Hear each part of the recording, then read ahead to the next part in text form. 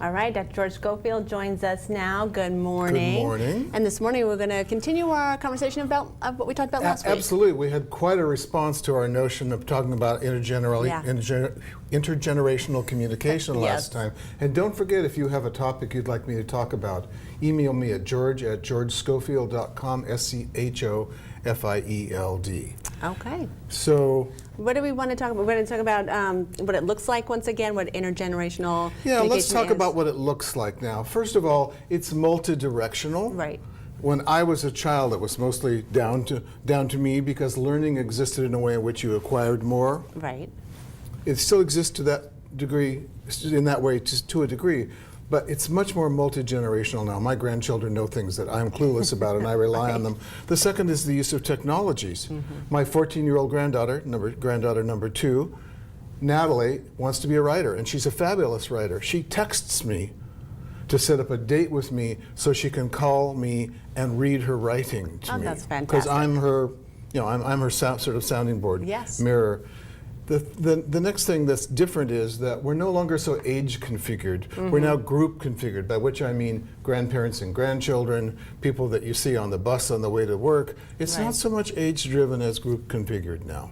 So are there sort of pitfalls in this thinking some certain way of intergenerational? Absolutely. It's easy to fall back on being pedantic. Okay. Talking down. It's also easy then to turn off anybody else, our friends, the people a lot younger than we are, or vice versa. There are times that a 17-year-old girl could really turn off one of us because she's so decisive.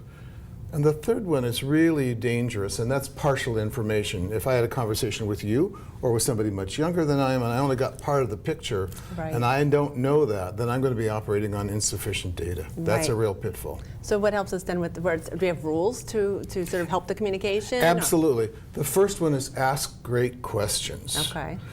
How was school? Fine. What did you learn? Nothing. Yeah, that's not getting what you want. So, but that's partly our responsibility because we didn't ask the great question.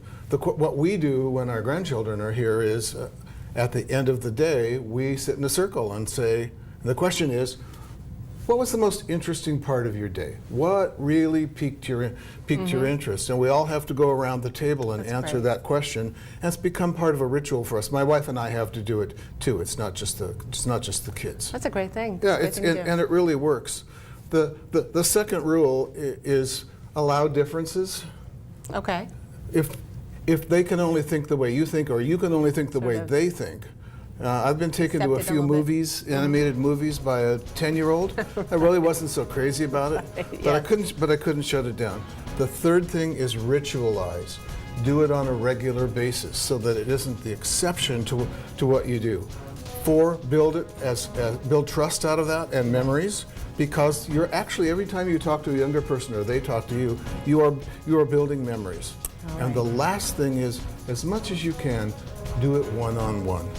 Okay. Because the conversation is very different one-on-one than it is if your grandchildren are there and your friends are there and their parents are there and their friends are there. It's a totally different conversation. All right. Always wonderful information there. I look forward to next week again. All right. We'll see you guys right after this. Stick around.